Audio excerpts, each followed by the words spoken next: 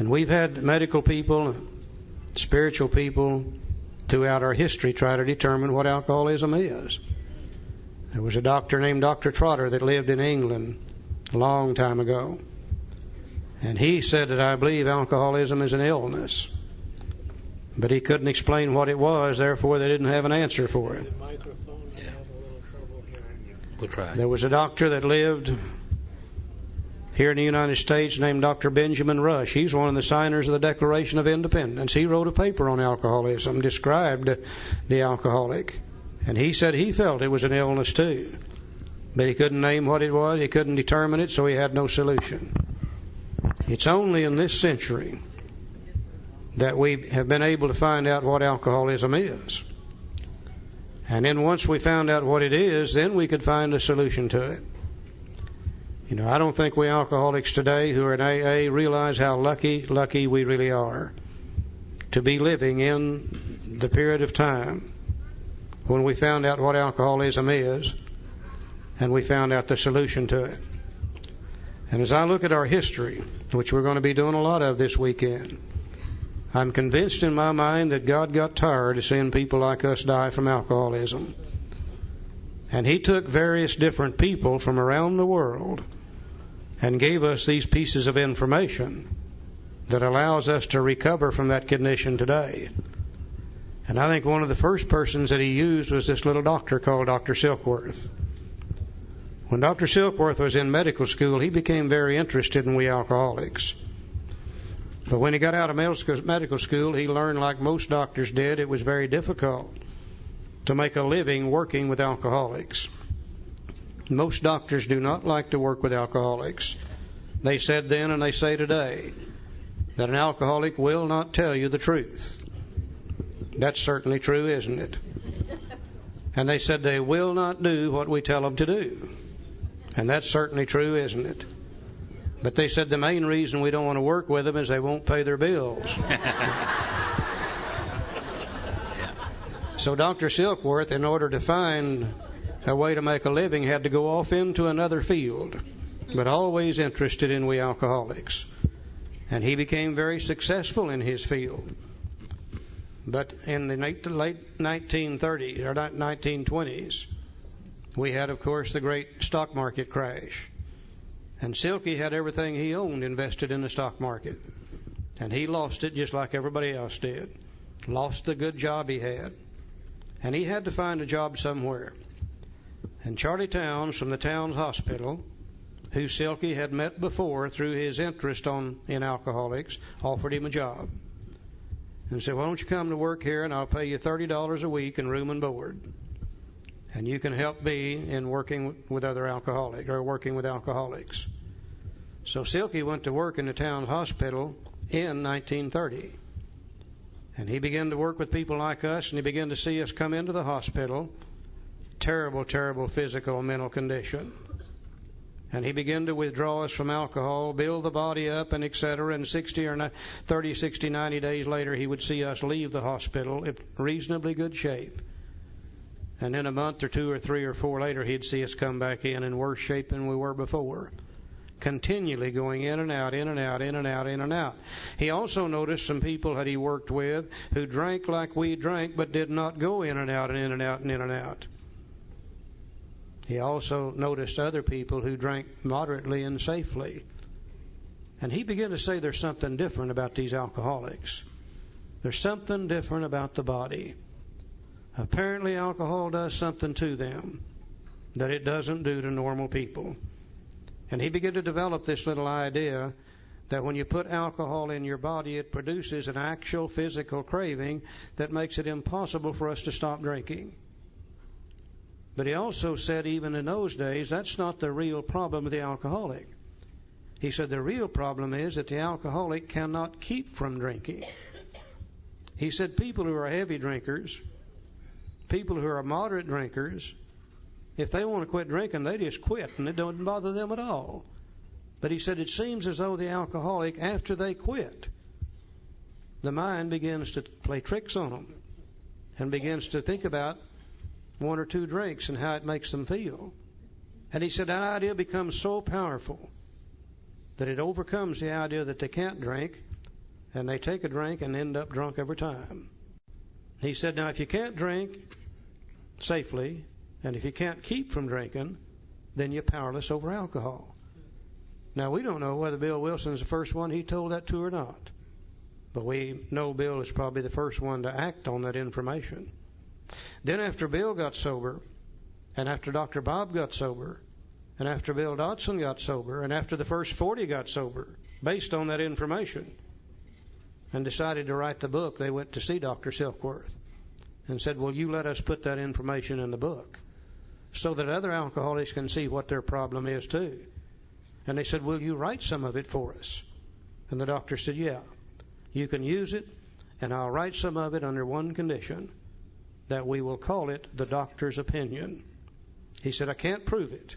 There's no facts behind it, so we'll just have to call it an opinion. And he said, by the way, don't use my name. He said, they'll throw me completely out of the medical profession if you use my name on this deal. In 1956, when they came out with the second edition, 1955 and 56, they came out with the second edition. By that time, the Medical Association, the American Psychiatric Association, had recognized the fact that alcoholism is an illness.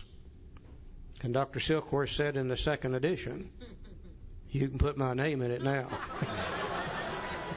So for the second and third, you've got Silkworth, but in here you don't. Let's look at what the doctor had to say for just a little bit. Let's go to Roman numeral page 24. That's XXIV. And I didn't know that when I got sober. He said, the physician who our request gave us this letter has been kind enough to enlarge upon his views in another statement which follows. In this statement, he confirms what we who have suffered alcoholic torture must believe, that the body of the alcoholic is quite as abnormal as his mind. Now, we know there's no must in the Fellowship of Alcoholics Anonymous, but there are a lot of musts in this book called Alcoholics Anonymous, and there's one of the first one.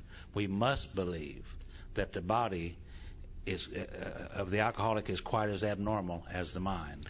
Now, this is the first time we can find anywhere in written history a reference to the fact that the body is affected as well as the mind. Everything up until this time, they had talked about the mind only. Weak will, moral character, sin, and etc. But here we see a statement that says the body is quite as abnormal as the mind. I think he's telling us two things. That the body is affected also, but I think he's also saying the mind is abnormal when it comes to alcohol. We react to it different physically and also mentally in an abnormal manner. And we'll talk about both of those. The first one we're going to look at is the body.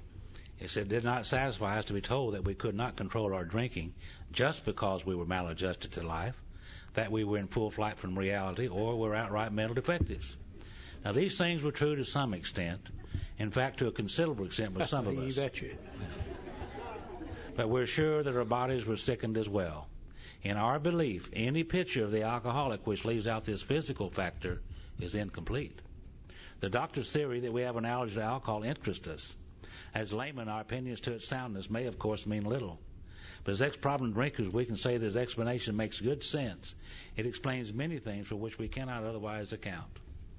Now, if the purpose of a textbook is to transfer information from the mind of one human being through the written word to the mind of another human being, then it stands to reason the transference of that information is going to be based upon the understanding of the words that are used.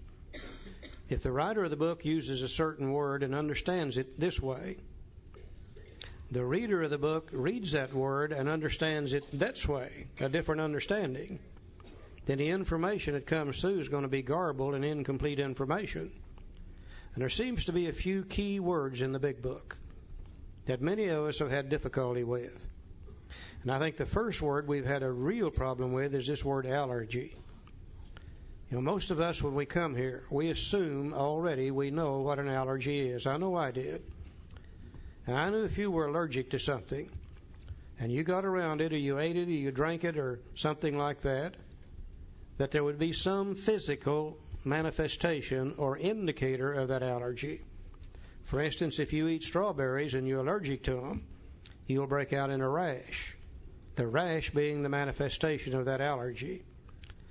If you're allergic to milk and you drink it, you'll have a bad case of dysentery, the dysentery being the manifestation of that allergy. If you're allergic to certain plants such as ragweeds and you get around them, your eyes, nose, itch, water, and you start sneezing. The itchy, watery eyes, nose, and the sneezing, that's the manifestation of that allergy. So I knew if you were allergic to something, there would be something there that you could see. So they came to me and they said, Charlie, you've got an allergy to alcohol. You'll never be able to safely drink it again. And I said, how in the hell can I be allergic to alcohol? I'm drinking a quart a day. How can you possibly drink that much of something you're allergic to? And I said, besides that, when I drink alcohol, I don't break out in a rash, and I don't have a bad case of dysentery. Once in a while I might, depending on what I'd been drinking, but usually I didn't. Nor did it make my eyes, nose, itch, water, and cause me to sneeze. And I said, I don't understand what you're talking about. You need to explain that to me. And they said, well, you don't need to understand. They said, all you got to know is you can't drink it. Well, today I think I know why they told me that. I don't think they understood it a bit better than I did. And I went from person to person to person to person, trying to get somebody to explain this allergy to me. And all they would say is, what difference does it make? Forget the damned allergy. Don't drink and you'll be all right. Keep coming to meetings. Now, if you're an alcoholic like I am, with a keen intellectual alcoholic mind, and you get a question like that dangling out here in front of you, if you don't get the answer to it, sooner or later it's going to drive you out of your mind. And one day, in sheer desperation, I went to a source of information that has never failed me since that time. I went to the dictionary. And I looked up the word allergy, and I found several different definitions of it, the way you do with any word, depending on how you use it. But I think I found the one that fit me exactly. When it said an allergy is an abnormal reaction to any food, beverage, or substance of any kind. And an abnormal reaction. So I began to look back over my drinking history to see where I was abnormal. And to my amazement, I found out I don't know what's normal and what's abnormal. The only thing I knew about drinking is the way I drank. And the way those people drank who drank with me. And if they didn't drink like I did, we didn't drink together. So to find out what's normal, to see if I'm abnormal, I have to go to the normal, social, temperate, moderate drinker. Those who drink alcohol and do not get in trouble with it. And I asked them to describe to me how they feel when they take a drink. And they said, well, we come home from work, tired, tense, wrought up from the day's work. We can have a couple of drinks before dinner. We begin to get a relaxing, comfortable feeling. We'll go ahead and have dinner, and we probably won't drink anymore that night. Well, I don't feel that way when I drink alcohol. Whenever I take a drink of alcohol, it passes over my lips. My lips begin to tingle immediately. Hits my teeth, and they kind of chatter up and down. Strikes my tongue, and I can feel it begin to grow and expand and swell. Hits my cheeks, and they kind of flutter in and out. At the same time, it's passing through my sinus cavities up into my forehead, and I begin to get a feeling up here in my forehead which is absolutely, indescribably wonderful. Now, I hadn't even swallowed the damn stuff yet. I just got it in my mouth. When I swallow that alcohol, it starts down through my esophagus. Great things begin to take place. The first thing that happens is my chest begins to grow and expand and gets bigger and bigger. Hits my stomach and just literally explodes like a bomb. Immediately I feel it racing through my arms, and they get longer and longer. Hits my hands and fingers, and they begin to tingle and vibrate. Same time it's racing through my arms, it's racing through my legs. They're getting longer and longer. I'm getting taller and taller, and it hits my feet and toes, and they get a hot, intense, burning, exciting, get up and go somewhere and do something feeling. I don't understand the comfortable, relaxing feeling when you have a drink. These people told me something that blew my mind for me. They said, Charlie, whenever we have a couple of drinks, we begin to experience a feeling of a feeling of dizziness, a feeling of being out of control. And they said, we don't like that feeling. Therefore, 1 or 2 drinks is all we want to drink. How many times have you and I tried to get them to drink more, and they say, "Oh, no, I feel this already."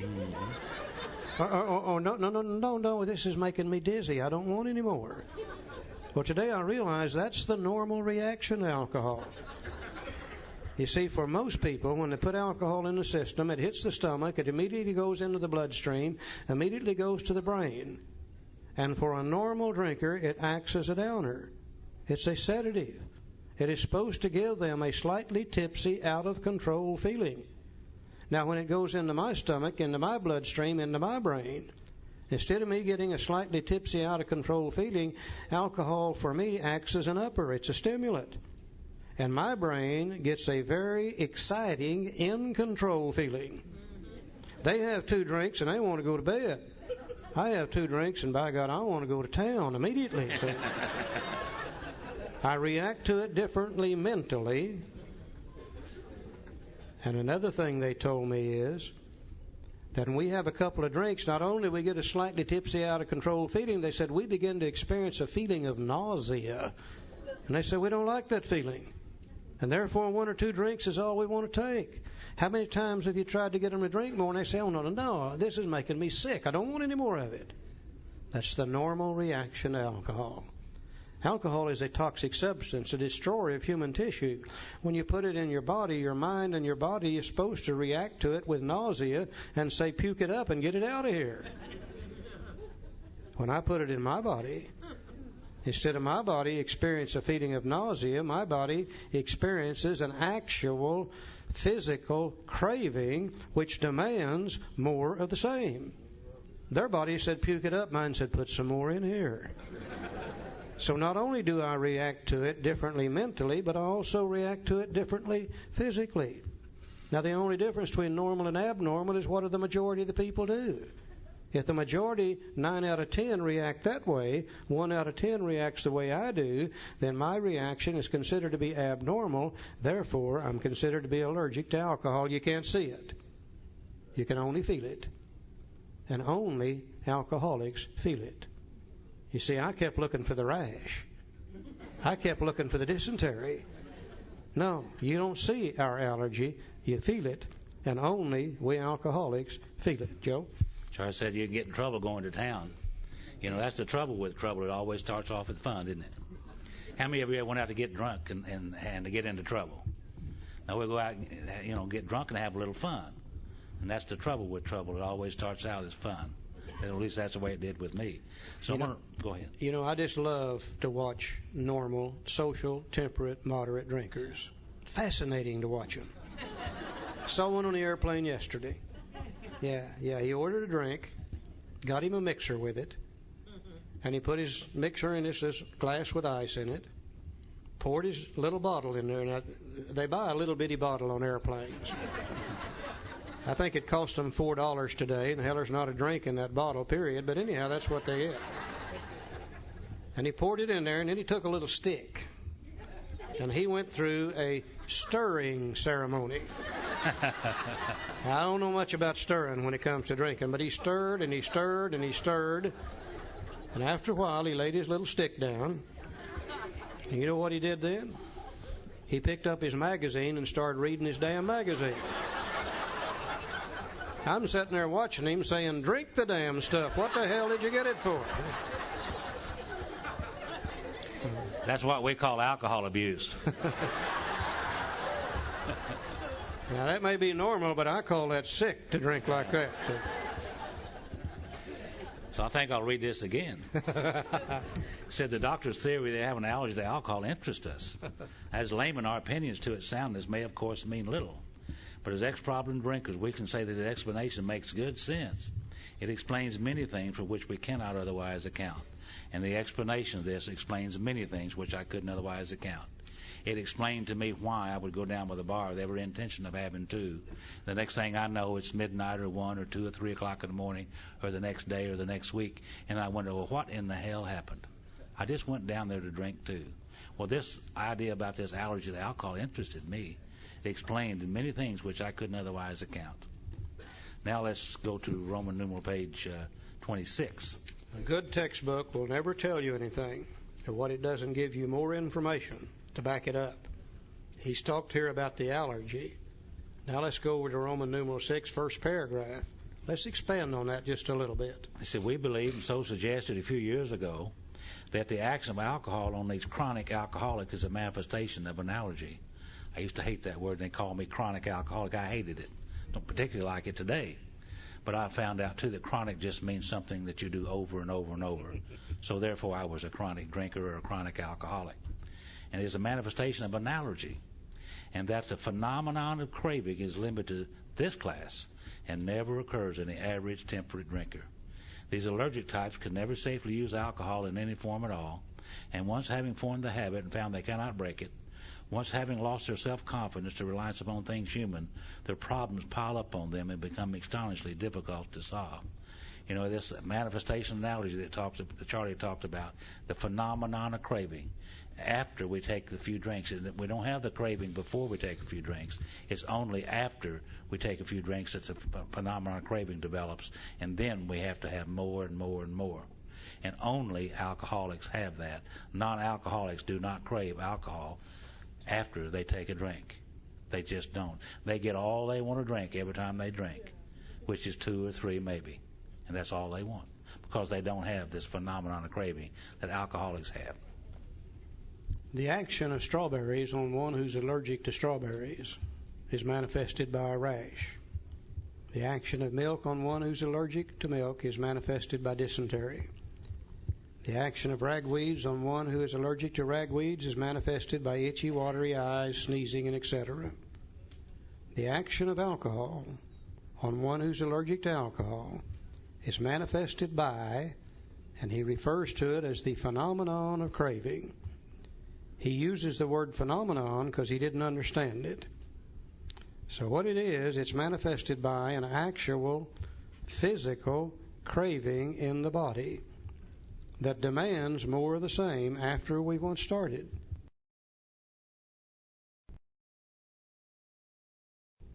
And the word craving is very, very important. You know, I hear people today say, well, I came to AA and I craved a drink for 4 years. No, in the context of the big book, that's the wrong use of the word craving. They might have needed a drink, wanted a drink, desired a drink. The only way an alcoholic can crave alcohol is to first put it in the body. Then the physical craving develops, and then we can't stop and we end up drunk. So in the recovery section of the book, when you see the word craving, it's always referring to the body, never to the mind. We'll use the word obsession for the mind. The word craving is for the body.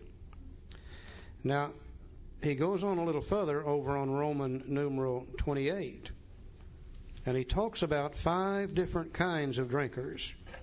Then he drives this idea of the phenomenon of craving home being an allergy one more time. Let's look at these 5 drinkers. He said the classification of alcoholics, this on Roman numeral page 28. The classification of alcoholics seems most difficult, and in much detail is outside the scope of this book. He said there are, of course, the psychopaths who are emotionally unstable. We're all familiar with this type. They're always going on the wagon for keeps, and they are over-remorseful and make many resolutions, but never a decision. We call that type 1. There is a type of man who is unwilling to admit that he cannot take a drink. He plans various ways of drinking. He changes his brand or his environment. That's type 2. There is a type who always believes that after being entirely free from alcohol for a period of time, he can take a drink without danger. Type 3. There is a manic-depressive type who is perhaps the least understood by his friends and about whom a whole chapter could be written. That's type 4. I always thought I was the next one, type 5. So then there are types entirely normal in every respect, except in the effect alcohol has upon them. They are often able, intelligent, friendly people. God, I like that. Wasn't that great? Any more type 5s in the room tonight? Yeah, a whole bunch of you. Now he makes his point one more time. All these and many others have one symptom in common. They cannot start drinking without developing the phenomenon of craving. This phenomenon, as we have suggested, may be the manifestation of an allergy which differentiates these people and sets them apart as a distinct entity. It has never been, by any treatment which we are familiar, permanently eradicated, The only relief we have to suggest is entire abstinence. Now, I think what he said is this, that if all we alcoholics in this room tonight should take a drink, God forbid that happen, but if we did, we would not all react just exactly the same. In just a little bit, one of us would be crying in our beer, oh, boo-hoo-hoo-hoo, the world's not treating me right. In just a little bit, one of them will be up here on this stage hooping and hollering and dancing and cutting up and having a hell of a good time. In just a little bit, there'll be two over in that corner getting in a fight just sure as anything. Look over here, there'll be a couple, one putting the make on the other. We tend to do that too when we drink. We would do many different things. But if we're a real alcoholic, there's one thing that every one of us would do. We would start looking for a second drink. The phenomenon of craving has taken over now. The allergy has manifested itself, and now when we can't stop, we've got to have a third drink, and a fourth, and a fifth, and a sixth, and an eighth, and a tenth, and on, till we're drunk, sick, and in all kinds of trouble. Now, it really doesn't make any difference whether we're born with it or whether we drink ourselves into it. I was born with it, I'm sure. First drink I took at age 14, the allergy presented itself that night, and I got drunk. Every time I drank, I got drunk. I drank 26 years. I don't ever remember taking one drink of anything that had alcohol in it. It always led to 2 to 3 to 6 to 8 to 10, and etc. Some of you, I'm sure, drank with safety for several years. But somewhere you crossed the line. And the same thing began to happen to you after several years of drinking that happened to me from the very beginning. But what difference does it make? The fact is, that's the way we are tonight. I know that's the way we are tonight, too. Because if we were not that way tonight, we wouldn't be in this room tonight. If you and I could drink without getting drunk, where would we be? We'd be out there drinking without getting drunk. But you see, we can't do that. That's what we've got in common in the fellowship of Alcoholics Anonymous, is we can't drink without getting drunk. Now, back in the 1930s, this was the doctor's opinion. In the 1930s, they knew very little about metabolism. Today, they know lots about metabolism. Today, they know that if you put anything in your system, such as a piece of bread or a piece of beefsteak, that the mind and body recognizes what that is. Certain organs of the body begin to produce some things called enzymes. They attack that food and begin to break it down and separate it into usable and non-usable items. What the body can use, such as the proteins, the amino acids, the vitamins, the body will retain. What it can't use, it will dissipate through the urinary and intestinal tract. They call that metabolism. Today, they have proven that the doctor's opinion is no longer just an opinion. It's actual truth. Now, we're going to look at a little picture here for just a minute. And I want to stress that this is not AA information. AA won't get involved into why we're allergic, because that might bring controversy. But this information presented to us a few years ago by members of the medical profession is so interesting and has such depth and meaning for people like us, I think we would be remiss if we didn't look at it. So let's look at it for just a moment. In the center of that picture, there's 9 people there that drink safely. They are at ease with alcohol. They take a drink or two, the mind and body senses it, the enzyme production starts, and the enzymes attacks the alcohol, breaks it down into acetaldehyde, then to diacetic acid, then to acetone. In the final stages, it becomes a simple carbohydrate made up of water, sugar, and carbon dioxide. The water will be dissipated through the urinary intestinal tract. The sugar is calories, energy. Empty calories. None of the amino acids, none of the vitamins, but a form of energy. The body will burn them, store the excess to be as fat to be used at a later date. The carbon dioxide will be dissipated through the lungs. In the normal social drinker, this takes place at the rate of approximately 1 ounce per hour. Now, I know it'll vary with different people, but the average is 1 ounce per hour. And if they don't drink more than 1 ounce per hour, they can't get drunk. Their body metabolizes it and burns it up and gets rid of it at that rate. Very seldom do you see a social drinker drinking more than 1 ounce per hour. If you're with one of them and they're drinking more than 1 ounce per hour, you better get out of the way. because they're going to puke on you after a while. They'll either go to sleep or they'll puke on you, one of the two, every time. The left-hand side is the one who does not drink safely, or is at dis-ease with alcohol. And if you want to use the word disease, that's all it means. Something that separates you from the norm. We alcoholics put it in our body, the same thing happens. The enzymes attack the alcohol, break it down to acetaldehyde, then to diacetic acid, then to acetone. It seems as though in our bodies, the enzymes necessary to complete the metabolism, breaking it down from acetone to the simple carbohydrate, are not there in the same qualities and or quantities as they are in the body of the non-alcoholic. Therefore, it stays in our body for a longer period of time as acetone. It is proven today that acetone ingested into the human system that remains there for an appreciable period of time will produce an actual physical craving for more of the same. The non-alcoholic's body, it goes through that stage so rapidly the craving never occurs.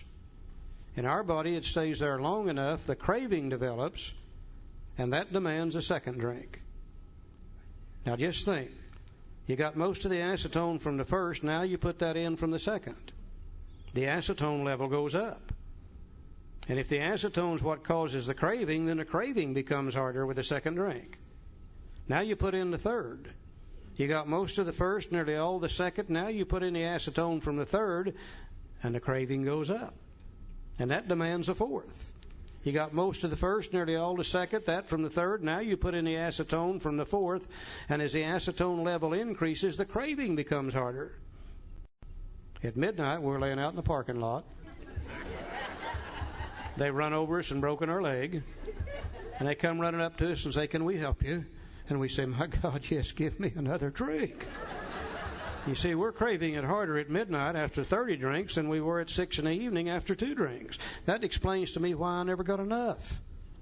Hell, I drank 26 years. I never did get all the alcohol I wanted. I got a hell of a lot more than I needed, more than I could stand, but I never got all I wanted. Because the more you drink, the higher the craving, the more you want, it's just endless. Now, if this never got any worse, we could probably learn to live with this situation. But we know not only do we have an illness, we have a progressive illness that always gets worse and never better. Today we know that as we drink, the more we drink, the longer we drink, the more tissue we destroy. Alcohol is a destroyer of human tissue. And the more tissue we destroy, it seems as though that it acts upon 2 organs of the body first, which are the liver and the pancreas. Now today we know that the organs of the body that produce the enzymes necessary to metabolize alcohol are the liver and the pancreas. And as we drink and as we damage them, the enzyme production becomes less and less. The craving becomes harder and harder, with the resultant drinking becoming worse and worse. We know also that the body begins to shut down on the production of everything as we get older. Now, I wish that were not true, but believe me, it is. I'm experiencing lots of that. If I should take a drink today after 20-some-odd years of sobriety, I wouldn't start where I left off 20-some-odd years ago. The craving would be harder, the drinking would be harder, and the resultant trouble would be harder due to the aging factor. So not only do we have a physical illness, we have a progressive physical illness due to 2 factors, damage to the body and also due to the aging factor. Now that I see that, I can accept the fact that I can no longer successfully drink alcohol. Until I could see this, I knew there had to be a way I could drink without getting drunk. And I damn near killed me trying to find it. But now that I can see this, I can accept the fact that I can no longer safely drink alcohol. Now, if that's all that was wrong with me, and if that's all that was wrong with you, we would pass the hat, get up and go home, and never have to go to another AA meeting. But you see, that's just half of my problem. The other half is right up here in my head. If I never took the first drink, this allergy couldn't hurt me. I have a friend who is allergic to, of all things, fish. Every time he eats fish, his throat swells up. He almost chokes to death. But that's not his problem. The fact that he's allergic to fish is beside the point, because if he don't eat fish, that can't happen to him. But he got something up here in his head that isn't right when it comes to fish. The switch doesn't close, or a light bulb doesn't come on, or something. He's 3 French fries short of a Happy Meal. Yeah. From time to time, his mind tells him that it's okay to eat fish. And he'll eat the fish. His throat swells up. He ends up in a hospital every time. And I'll bet it always starts like this.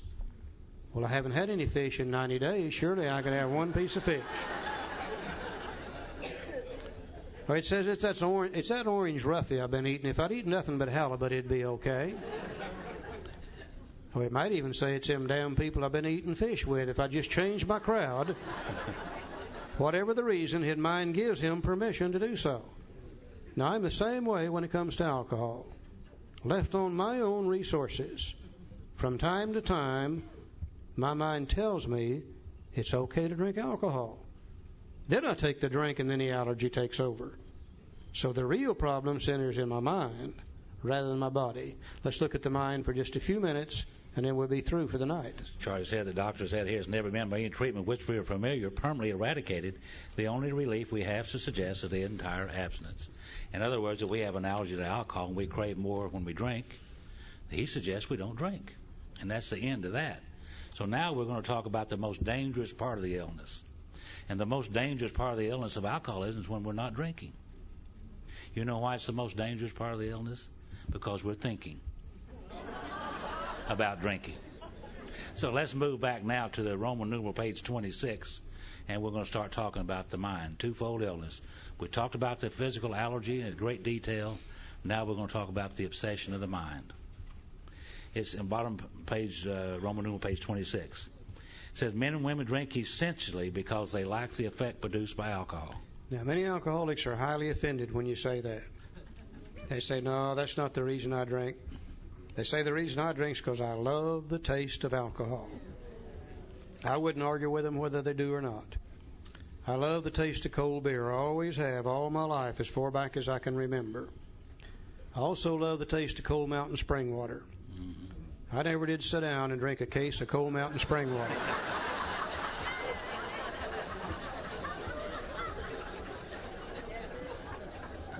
You see, that beer did something for me that spring water didn't do. All my life as a kid growing up, I was on the outside of the crowd looking in. Always wanted to be a part of and knew I could not be. Always knew that whatever I said, whatever I did, it would be the wrong thing. People would laugh and I would be embarrassed. You ladies, I couldn't even get around you. If I got around you, I would just absolutely, completely tongue-tied you. Scared me to death. One night somebody gave me a drink of moonshine whiskey, and all those fears disappeared. And I was allowed to ask a girl to dance with me for the first time in my life. I was allowed to take her home from the dance for the first time in my life. We got in the back seat of a 36 Chevrolet, and I was allowed to do some things I'd been wanting to do for a long, long time. I loved what alcohol did to me, for me, not to me, but for me. Now, if it gave me a slightly tipsy, out of control, beginnings of a nauseous feeling, I wouldn't love that. But you see, it gives me that great, exciting, in-control feeling and allows me to function in a manner I'd never been able to function before. Men and women drink essentially because they like the effect produced by alcohol. I think that we can all pretty well identify with that effect in the beginning. I certainly had that same effect, drink it for the same reasons. But we know that alcoholism is a progressive illness, too. It gets worse over time. And after a while, I began to do some of those things that Charlie talked about. And I began to drink more and more and more. And I began to wake up some mornings with a little guilt, shame, and remorse as a result of things that I was doing while drinking. And that brought on more drinking. And I had to drink to get rid of those feelings. So another effect by which I drank. And as the years and time went by and the trouble that I had in my life went by, in the end, I drank for the sickest effect of all, which is total oblivion. And there's only one thing wrong with oblivion, though, isn't there? You wake up. Then you got to start doing it again. So there are many, many effects by which we drink, and it progressively gets worse. He said the sensation is so elusive that while they admit it is injurious, they can after a time differentiate the true from the false. To them, their alcoholic life seems the only normal one, and I couldn't recognize the true from the false because my alcoholic life had become normal to me. Everywhere I went, alcohol was involved. Every bar that I went to, they drank like that the way I did in that bar. I didn't go to those bars. That's what I was doing down there at the Zebra Lounge. And one time I remember I woke up one morning and had a clear thought. And I looked over at my wife, Phyllis, and I said, Phyllis, do you realize that most people don't drink like we do? Now, you know what she said? I don't talk this way. This is what she said. She said bullshit. That's just what she said. Everybody we know drinks just like we do. I thought, oh, that's true.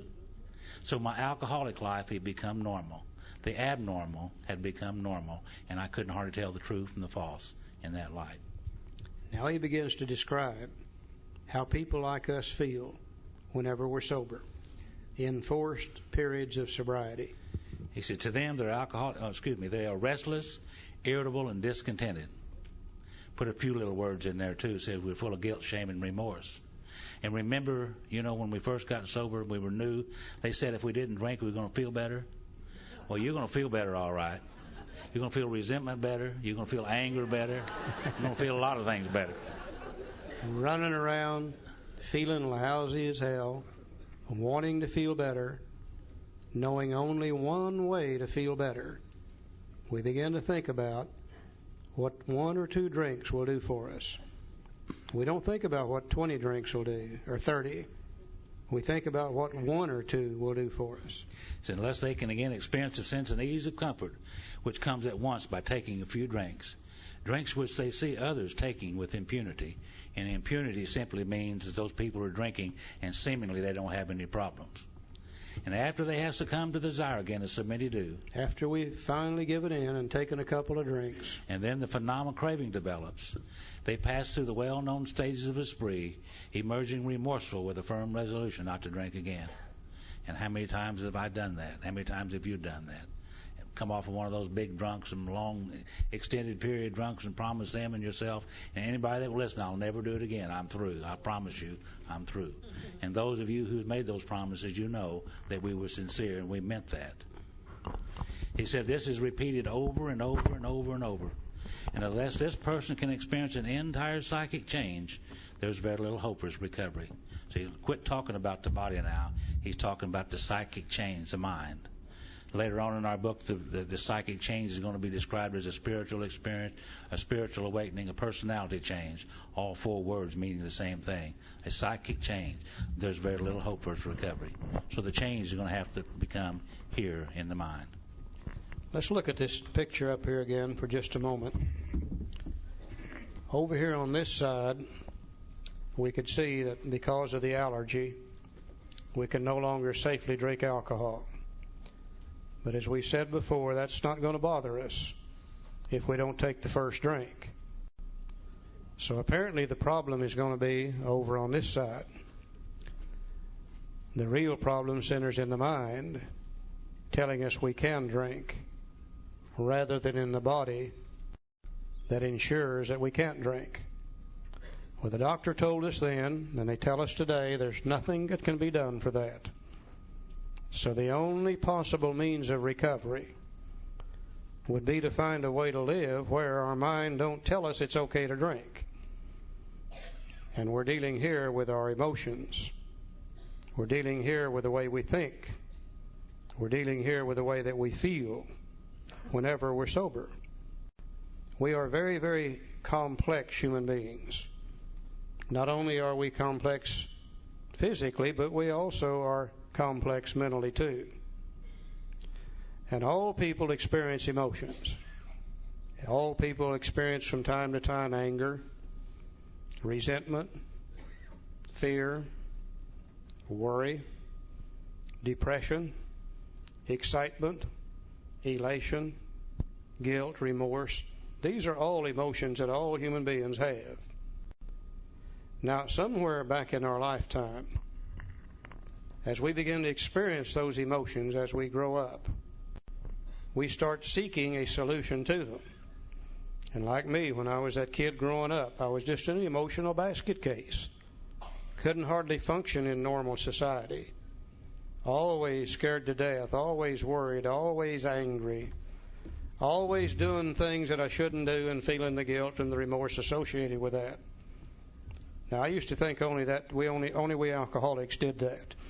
But I found out today that that's normal. As kids grow up, everybody experiences these kind of feelings.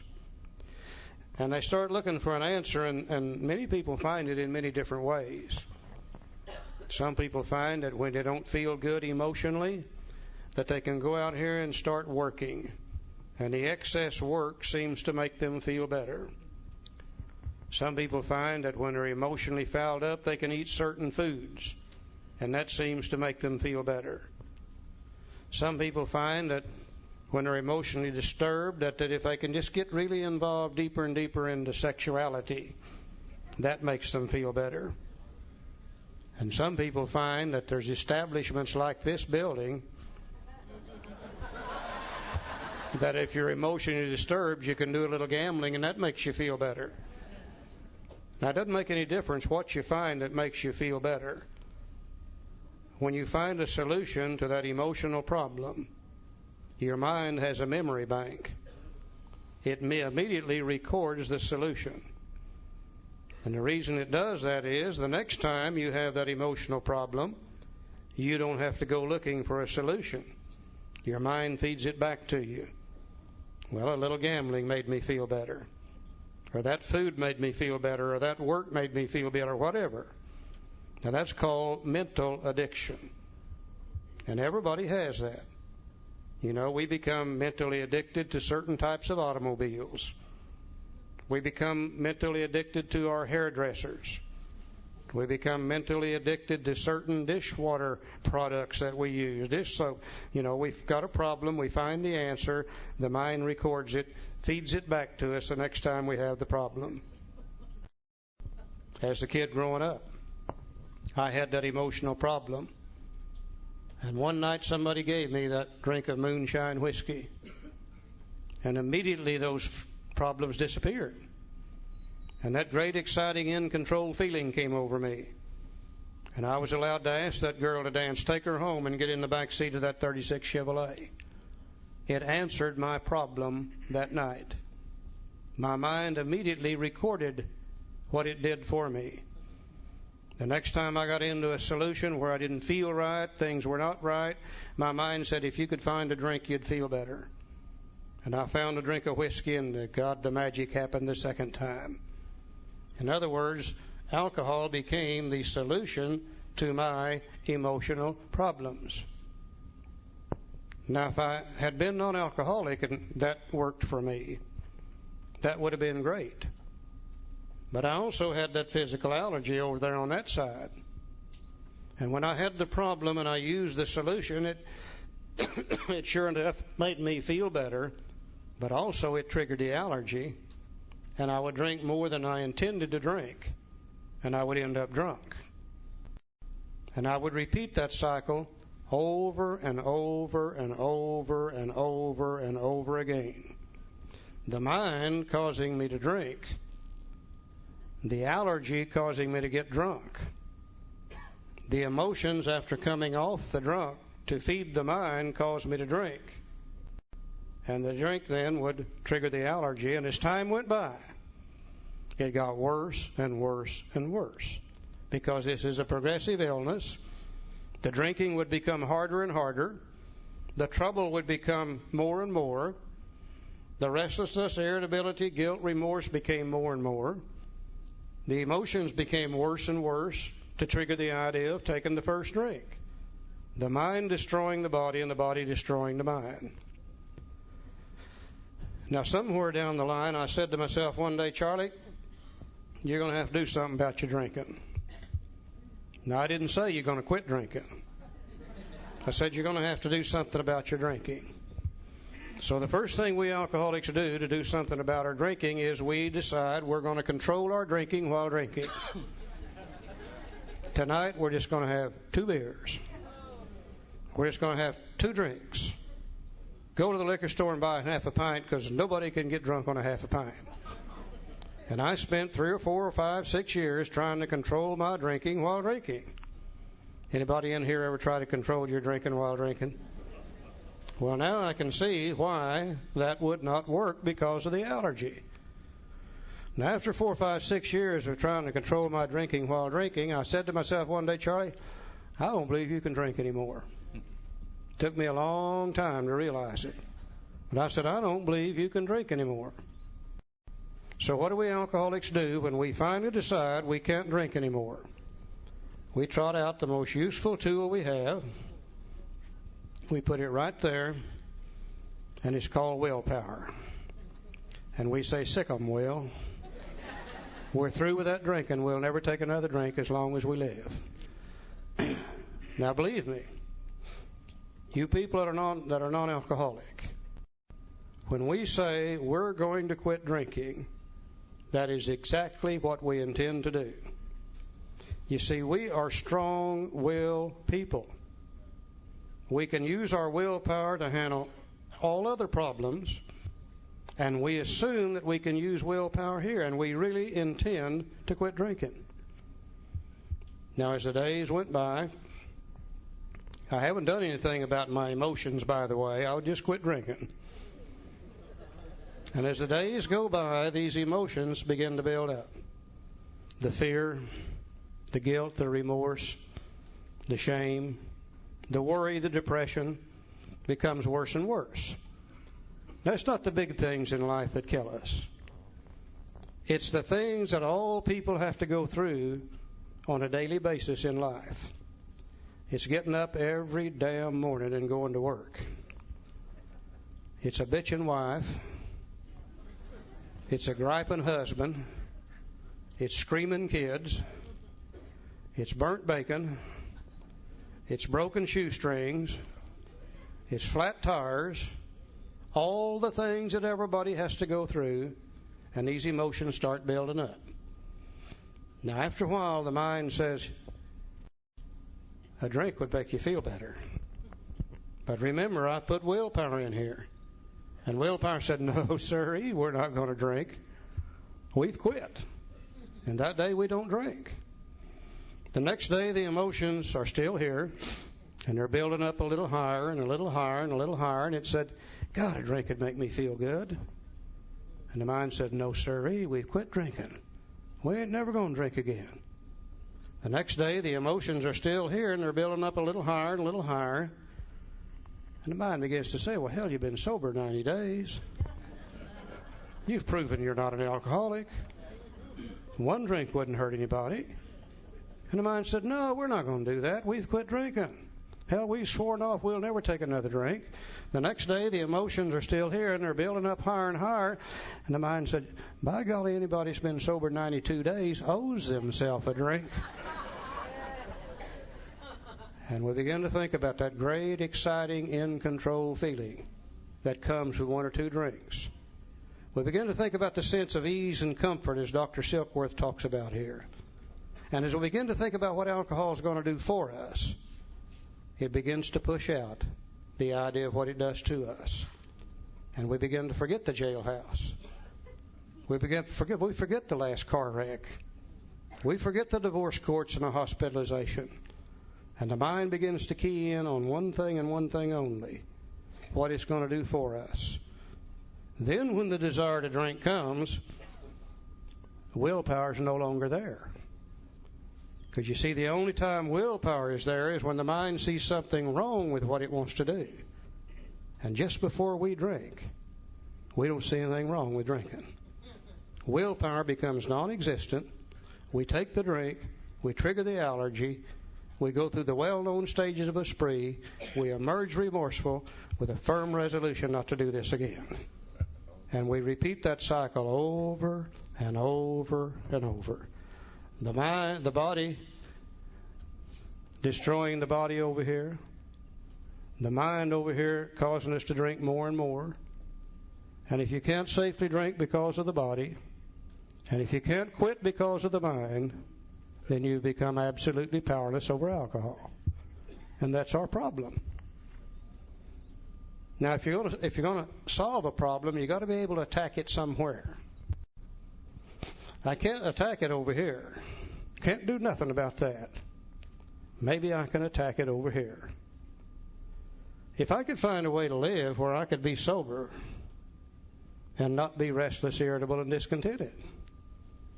If I could find a way to live where I could be sober and not be filled with shame, fear, guilt, and remorse. Just maybe I could find a way to live where I could have peace of mind, serenity, and happiness. Maybe I could find a way to live where I could be sober and have that great sense of ease and comfort that come at once by taking a couple of drinks.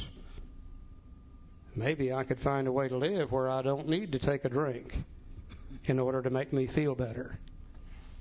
And that's called recovery. As we use our program, as we go through the steps, these kind of feelings down here begin to disappear.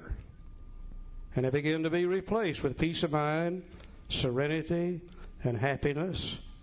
And under those conditions, our emotions do not build up to the level that suggests we take a drink to feel better, because we already feel better. That's what the 12 steps of Alcoholics Anonymous do for us. Fellowship alone will not bring that about. The program will. Let's read the very next statement in the big book. And he says, on the other hand, and strange as this may seem to those who do not understand, once a psychic change has occurred, the very same person who seemed doomed, who had so many problems he despaired of ever solving them, suddenly finds himself easily able to control his desire for alcohol. The only effort necessary being that required to follow a few simple rules. And as Charlie said, those few simple rules are the 12 steps of Alcoholics Anonymous. And our book says that in the 12 and 12, if practiced as a way of life, will expel the obsession to drink and make the person happily and usefully whole. And that is called recovery. And that's exactly what the 12 steps of Alcoholics Anonymous is all about.